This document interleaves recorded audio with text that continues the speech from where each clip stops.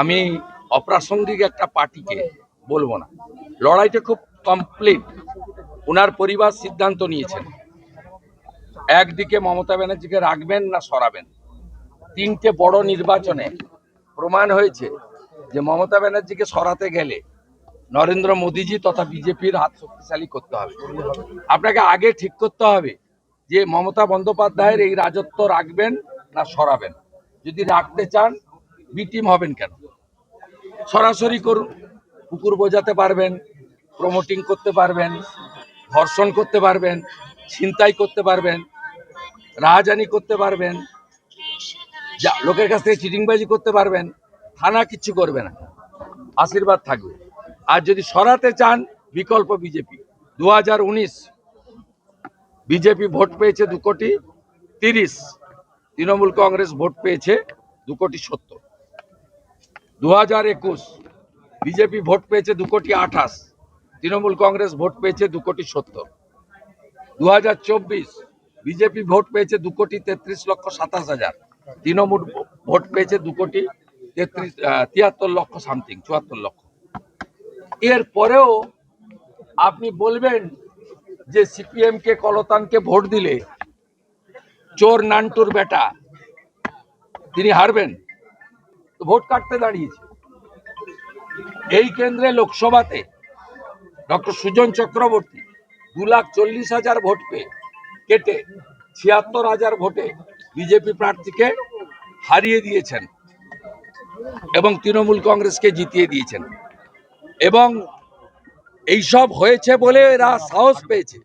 সঞ্জয় বলুন, সন্দীপ ঘোষ বলুন, বিনীত গোয়েল বলুন বা মমতা ব্যানার্জি বলুন, তারা এই যে বেপরোয়া কাজগুলো করছে, কুছ পরোয়া নেই। এর কারণ হচ্ছে লোকসভা নির্বাচনে তারা এইভাবে ভোট কাটাকাটির অঙ্ক করে জিততে পেরেছে বলে। তাই খুব পরিষ্কার, যারা মমতা ব্যানার্জির এই রাজত্ব রাখতে চান, অভয়া কসবা ল কলেজ, তামান্না রামপুরহাটের আদিবাসী কন্যা, বকটুইতে মুসলিম মহিলা এবং হাঁসখালি থেকে ময়নাগুড়ি, যারা চান যে আরো আরজিকর হোক, যারা চান আরো দুর্গাপুর আইকিউ সিটি হোক, তারা মমতা ব্যানার্জির পক্ষে থাকবেন। আর যারা সরাতে চান বিকল্প বিশ্বাসযোগ্য ভারতীয় জনতা পার্টি। স্বাধীনতার পরে 25 বছর কংগ্রেস ছিল, টেস্টেড অ্যান্ড রিজেক্টেড। 34 বছর লেফট ছিল, টেস্টেড এবং রিজেক্টেড। 15 বছর তৃণমূল কংগ্রেস আছে, টেস্টেড এবং উড বি রিজেক্টেড। রিজেক্টেড জায়গায় চলে এসেছে। পানিহাটিতে ব্যবধান কি হবে? পানিহাটিতে ব্যবধান কি হবে? জয়ের ব্যবধান কি হবে? রীতিমতো মাস্টার স্ট্রোক। আপনি কলকাতা টিভি মনে হয় একটা প্রশ্ন আপনাকে, আপনারা কি আপনাদের নাম পরিচয় ব্যবহার করতে পারবেন? তাহলে সেক্ষেত্রে কি আপনারা আদালতের অনুমতি নিয়েছেন? ব্যবধান কি? আপনারা ভালো করে আনন্দবাজারকে বলছি, সেকুলারিজমের নামে জামাত করুন, জামাতদের আনন্দ। মহিলা কমিশন জানিয়েছি, আদালত কি বলেছে? আমি কিছু লোকের কথার উত্তর দিই না, তার মধ্যে উনিও একজন।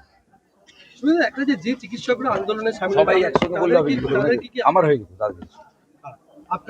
আপনারা নাম পরিচয়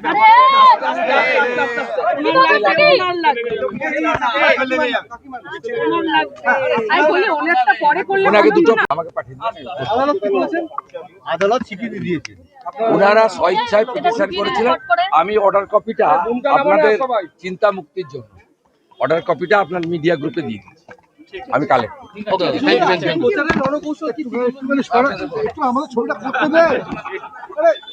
সংগঠন তার কাজ করবে, তার সময় সুযোগ অনুযায়ী।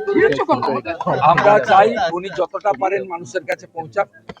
বাকিটা বুথ ম্যানেজমেন্ট, প্রচার, জনসংযোগ, মানে আমাদের কর্মসূচি, পোলিং এজেন্ট ইত্যাদি আমরা করে নেব। আমি জেলা সভাপতিকে কালকেই ডেট দেবো। উনি নমিনেশন ফাইলের আগে অল বুথ প্রেসিডেন্ট, অল শক্তি কেন্দ্র প্রমুখ, ওয়ার্ড প্রেসিডেন্ট, আমাদের মন্ডল এবং মোর্চা, পার্টির অ্যাক্টিভ এবং প্রাইমারি মেম্বার, আমরা একটা 1-1.5 কোর গ্রুপের সঙ্গে মিটিং করে আমরা দিদির দায়িত্বটা সব বুঝিয়ে দেবো ওদের। তারা ওয়ার্ড বুথের দায়িত্ব বুঝে নেবে এবং সেইভাবে নির্বাচন হবে। কিছু জিনিস আছে মিডিয়াতে আমরা বলবো না। সেটা আমার আলোচনা হয়েছে।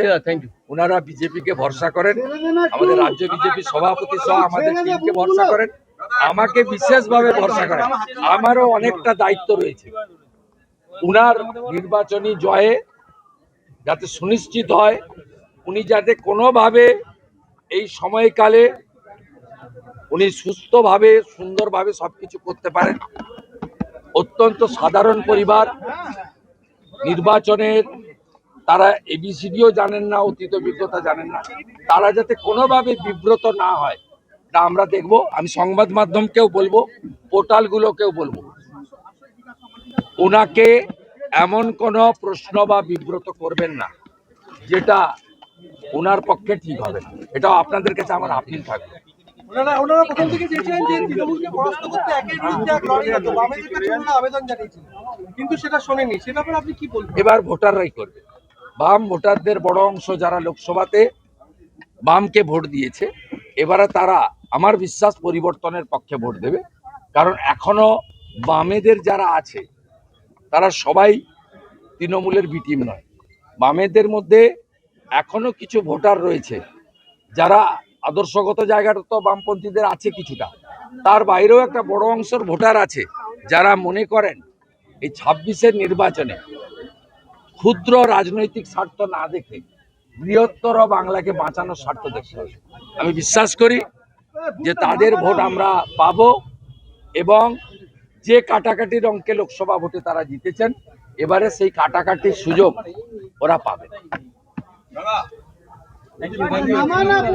লোপাটকারীদের মূল মাথা এবং বিনীত গোয়েলদের সুপ্রিম কোর্টে বাঁচানোর মূল কারিগরকে যিনি রাজ্যসভায় পাঠিয়েছেন, সেই মমতা ব্যানার্জির দলকে, মমতা ব্যানার্জিকে তিনি পরাস্ত করার লক্ষ্যে ভারতীয় জনতা পার্টির প্রার্থীপদ স্বীকার করেছে।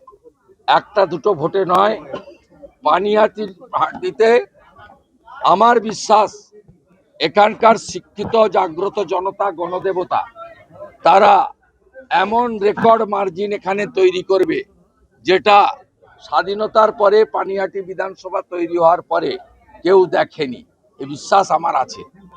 এবং আমি দিদিকে, আমার সঙ্গে খুব গত যে 1.5-2 বছর প্রত্যক্ষ সম্পর্ক আমার সঙ্গে ছিল, নানা বিষয়ে আমার সীমাবদ্ধতা ওরা জানেন।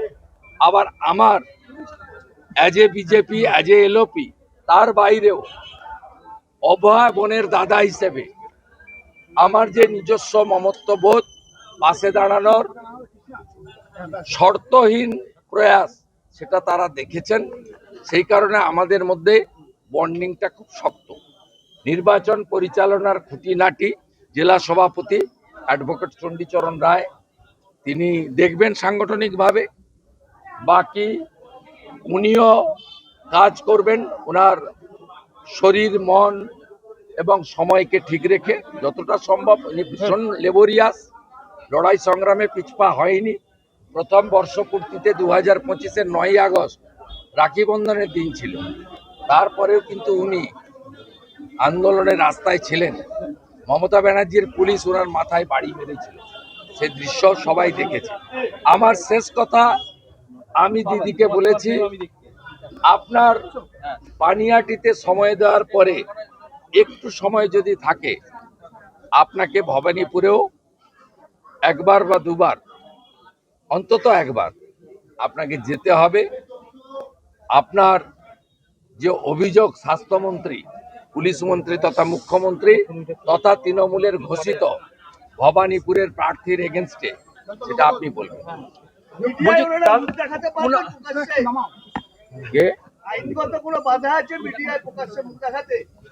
এটা লয়াররা বলে দেবে। কুণাল ঘোষ বলছে প্রধানমন্ত্রী, আপনি শেষ করতে দাও। আপনি বলুন না, দেখাতে পারবেন। কুণাল ঘোষ বলছে প্রধানমন্ত্রী কুণাল ঘোষ বলছে ঘোষিত হওয়ার পরে তিনি যে সংবাদ মাধ্যমে, বিভিন্ন পোর্টালে এবং পাবলিকলি যে সমস্ত মন্তব্য করেছেন বা জানিয়েছেন, তার মধ্য দিয়ে তিনি তার কথা স্পষ্টভাবে শুধু পানিহাটির গণদেবতা নয়, পশ্চিমবাংলার জনগণকে বলে দিয়েছেন। আমি নতুন করে কথা বলতে চাই না। আমি শুধু বাংলা হান্টে এটা সরাও। পশ্চিমবাংলার জনগণ যারা অবহেলার ঘটনাতে প্রতিবাদ করেছিলেন, রাস্তায় নেমেছিলেন এবং এই সরকারের মুখ্যমন্ত্রী, স্বাস্থ্যমন্ত্রী, পুলিশ, স্বাস্থ্য দপ্তর তার বিরুদ্ধে আপনারা বিভিন্নভাবে প্রতিবাদও করেছেন। আপনাদের সহানুভূতি সমব্যক্তিতা নিয়ে এই পরিবারের পাশে দাঁড়িয়েছেন। তাদের কাছে আমাদের বিজেপির পক্ষ থেকে দুটো বিষয় আমি জানাতে চাই।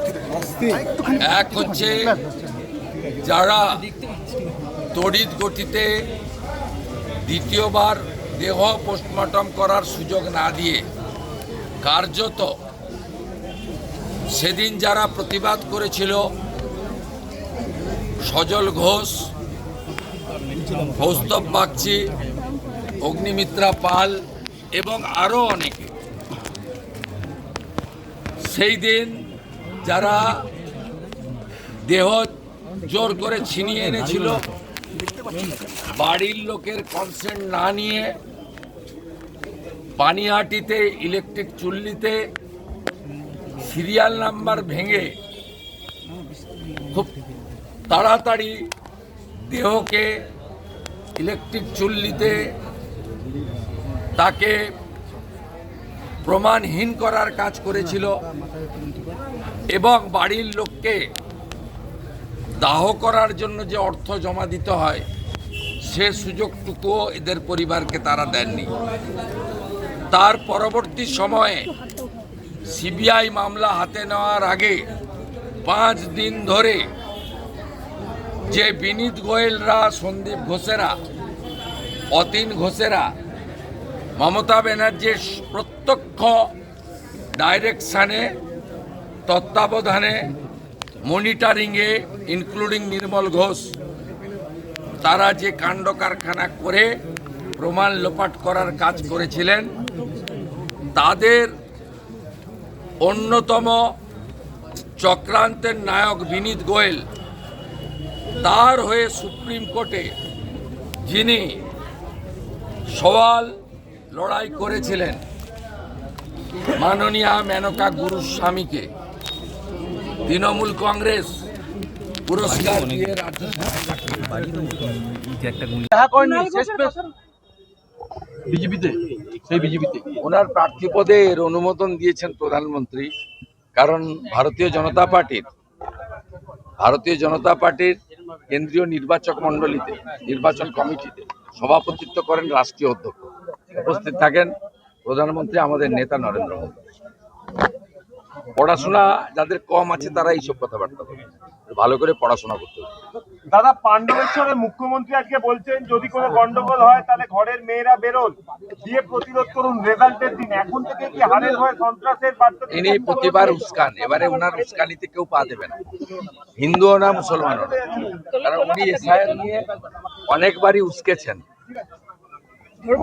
অনেকেই ফাঁদে পা দেননি। এর আগে সিএ কে এনআরসি বলেছিলেন, অনেক ঘটনা বাংলার লোক দেখেছে, ওনার কথা বিশ্বাস করেছিল, ওনার কথা কেউ বিশ্বাস করে না। তার হেলিকপ্টার আজকে উঠতে উঠতে অনেক দেরিতে নামলো বলে আমি এগুলো বলবো, ভালো থাকুন, বেশি করে আকাশে উড়ুন, মাটিতে কম নামবেন। দাদা, কমিশন এবার বিএসএফ এর বিরুদ্ধেও ব্যবস্থা নিচ্ছে। কমিশন এবার বিএসএফ এর যে বিরুদ্ধে ব্যবস্থা নেওয়ার, তার যে সুবিধা পাওয়ার বিরুদ্ধেও ব্যবস্থা নিচ্ছে কমিশন। কিভাবে দেখতে পাচ্ছেন? একদম জল ছাড়া কিছু নেবেন না। শুধু কলতান জল তো আপনি পরিশ্রম করলে, রোদ উঠলে জল তো তৃণমূলের হাতে খাচ্ছেন না, বিজেপির হাতে খাচ্ছেন না, সিপিএম দিচ্ছে, সেটা দেখার দরকার নেই। জল ছাড়া কিছু নেবেন না। তৃণমূল সব করে, ওদের অনেক অবৈধ টাকা আছে, যেমন পানিহাটিতে কোনো পুকুর নেই, সব পুকুর বুঝিয়ে। যারা প্রতিবাদে সরব হয়েছেন, প্রচারে কি তাদেরকে আহ্বান জানাবেন ওনাদের পাশে থাকার জন্য? যারা প্রতিবাদে সরব হয়েছেন, এটা বলার দরকার হবে। উনি ইতিমধ্যে যে রেসপন্সটা পেয়েছেন, বৃক্ষ তুমি কে ফলেন পরিচয়, চৌঠামে আসবেন এখানে, আপনাদের সবাইকে লাড্ডু খাওয়া। সিপিএম প্রার্থী কলতান বলছে অভয়া বিচার নিয়ে সেও ভোটের প্রচার যাচ্ছে। কলতান বলছে সেও বহুদলীয় গণতন্ত্র, বাক স্বাধীনতা আছে, বলবেন। উনাদের যেমন আন্দোলনে ভূমিকাও ছিল, এই আন্দোলনটাকে সঠিক জায়গায় যাতে না যেতে পারে অন্তরারও দায়িত্ব। পশ্চিমবাংলার যে যে কেন্দ্রে যে যে আপনার আত্মীয় স্বজন পরিচিত আছে, ফোন করে বাড়িতে গিয়ে আপনিও করুন, সবাই এগিয়ে এলেই পশ্চিমবাংলায় ভালো কিছু হবে। 21টা রাজ্যে মোদিজির নেতৃত্বাধীন বিজেপি এনডিএ সরকার আছে, ভালো কিছু হচ্ছে, নারীরা সুরক্ষিত। কিছু ঘটনা ঘটলে কয়েক ঘন্টার মধ্যে অ্যাকশন, চরম অ্যাকশন নিচ্ছে। এখানেও আশা করি তার অন্যতা হবে না। উত্তরপ্রদেশ, মহারাষ্ট্র, আসামে যেভাবে মহিলারা সুরক্ষিত থাকে, কোনো ঘটনা ঘটলে জিরো টলারেন্স থাকে। দুর্ভাগ্য, আইপিএস অফিসার অভিষেক গুপ্তা ওনার বাড়িতে এসেছিলেন টাকা দিয়ে, মমতা ব্যানার্জি পাঠিয়েছিলেন। এর থেকে আইপিএস অফিসারদের অধঃপতন আর পশ্চিমবাংলায় নেই। আমরা সরকারে আসলে আপনি দেখবেন 84 শিখ দাঙ্গা, 96 ভাগলপুর দাঙ্গার মতো এর বিচারও সঠিক বিচার পাবে।